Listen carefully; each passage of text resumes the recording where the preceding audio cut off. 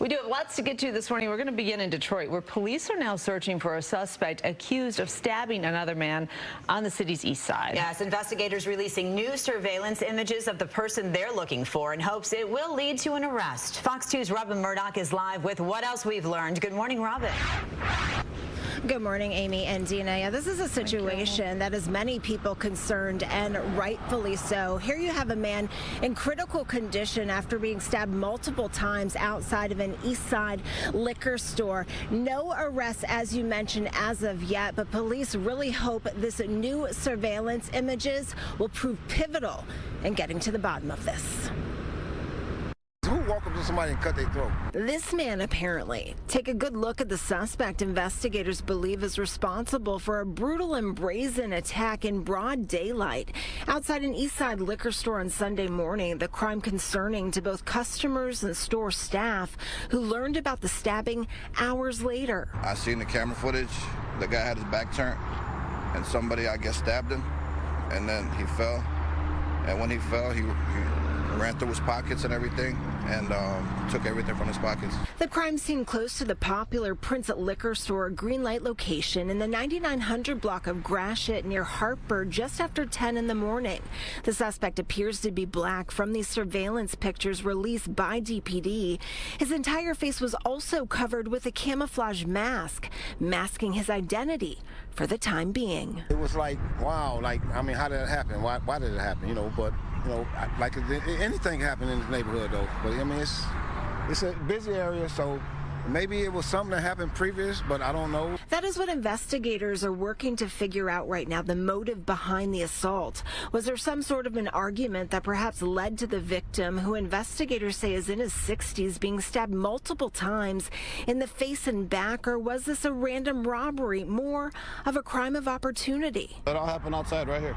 I think he was maybe waiting for the bus stop. It's actually a surprise because usually we don't have no problems here at all, you know, so it just caught us off guard. Investigators have obvious hurdles in this case, but are hoping they'll be able to get the suspect in custody soon.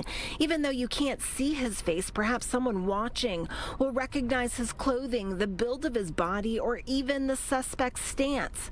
One tip is all it takes. The world is kind of crazy now, you know. They do what they want to do. They don't have no respect for anybody.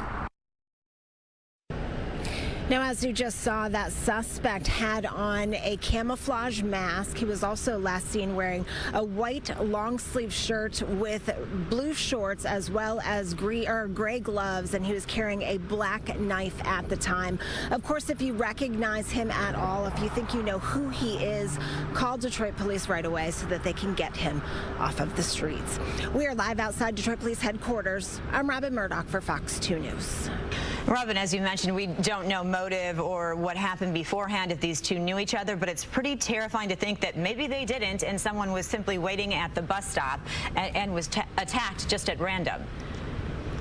Yeah, it is a very alarming situation, very frightening situation. That is exactly why police want to get this suspect off of the streets. And we know just last week there was the suspect in the Target situation, as well as that murder in Detroit, where he had changed his clothing, yet somebody was able to recognize him just by his characteristics. That Dearborn Heights officer was able to do that. So hopefully that'll hold true in this situation as well.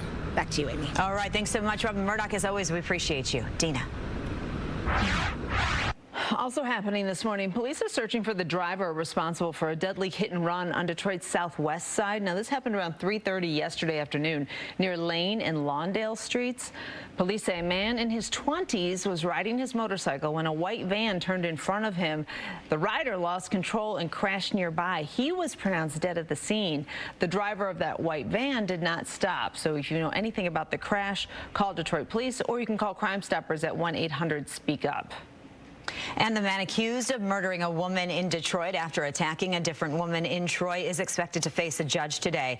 31-year-old Andrew James Hall is accused of killing Lisa Moffitt of Royal Oak and will be charged with first-degree murder. Wayne County Prosecutor Kim Worthy says Hall had no reason to kill Moffitt. She says he simply wanted to. Hall is already charged in a separate attack on a woman outside a Target in Troy. He was arrested by police in Dearborn.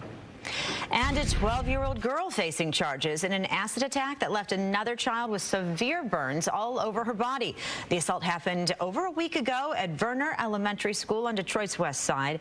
The 12-year-old appeared in court Saturday and was given a $10,000 bond in tether. She has been ordered to have no contact with the victim or any witnesses. The U.S. Coast Guard conducting a rescue on a West Michigan lake. Listen to this. 6 people jumping overboard after their boat caught fire on Muskegon Lake off Lake Michigan. The 35-foot-long boat sank along with more than 100 gallons of fuel. Now, all 6 people on board are safe. Crews are trying to salvage what they can from the wreckage. We've got some new video that was released over the weekend showing the worker who fell off the Ambassador Bridge last week. If you look very closely, you can see the man falling off the bridge into the Detroit River. It's a 150-foot fall. The security cam video was released by a marine company behind the man's rescue. He fell just before 4 o'clock Wednesday afternoon. Crews with the J.W. Westcott Company regularly practice man overboard drills, and they were prepared.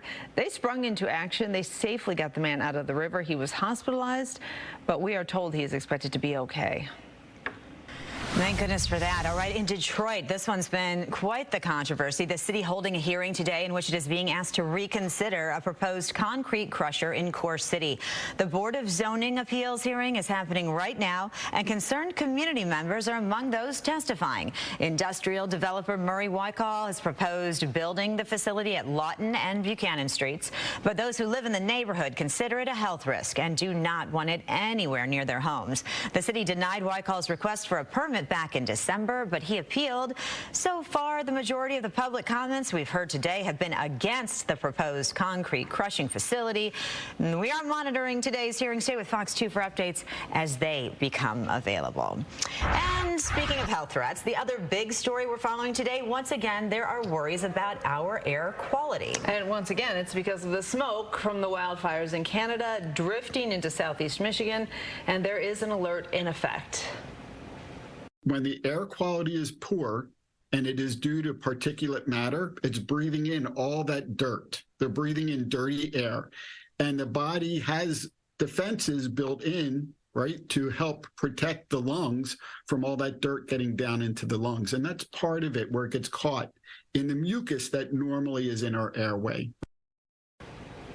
Yeah, these air quality alert days are especially important for people with chronic respiratory problems. We're talking about the elderly, the very young, anyone who has asthma or breathing difficulty. Wearing a mask can help you filter some of those particulates. Weather 30 Derek Kevra is here now with our forecast, including our air quality index. Hey, Derek. Hey, guys. Yeah, the air quality alert, once again, in effect for us here, southeast Michigan. We dealt with it yesterday. We're dealing with it again today. But the interesting thing about today's is, so yesterday we saw it because of that smoke from the wildfires in Canada. Still true for today. That is still true. But the particulate matter 2.5, so that's particulate matter with a diameter of 2.5 micrometers, that is spawning more ozone. So they kind of build on each other. So when the PM 2.5 is out there, the ozone goes up, and the ozone goes up, it makes the air quality worse. So both of those things together, not a fantastic combination. We're in that for today. It's probably going to be bad for at least the first half of the day, probably till around dinner time before it gets better. I'm thinking after 8 p.m. tonight. So plan on that smoke haze today, but mostly dry. The storms returning on Thursday. And here's a fun little thing. Could we see the northern lights possible tonight? We'll talk about that coming up a little later in the newscast. But first, back to a look at your forecast for today when it comes to any chances for rain. I think a lot of the activity at this point looks like it's diving down to the south. The atmosphere is setting up where it's putting that freeway right to our south, and it's going to drive all those storms through central and northern Indiana, central and northern Ohio, but probably remaining to our south. So we're going to go mostly dry out there today. So an outside shot, we could get a raindrop. I think Monday's going to be dry. Same thing on Tuesday. Same thing on Wednesday. But we start seeing those changes late in the work week and then into the weekend. We'll talk about what you can expect then. Long-range forecast is coming up in just a little bit. Ladies, back to you. Thanks, Derek. Breaking news. Russia has halted the deal that allowed Ukraine to ship grain from its Black Sea ports. Yeah, at the time, this initiative was credited with helping to lower soaring food prices. So now, a lot of concern. The deal was originally brokered by Turkey and the United Nations in July 2022 and was officially set to expire today. Asked whether an attack on a bridge connecting the Crimean Peninsula to Russia was a factor in the decision on the grain deal, a Kremlin spokesman said it was not. A Ukrainian official says the suspension was expected and believes it is political theater.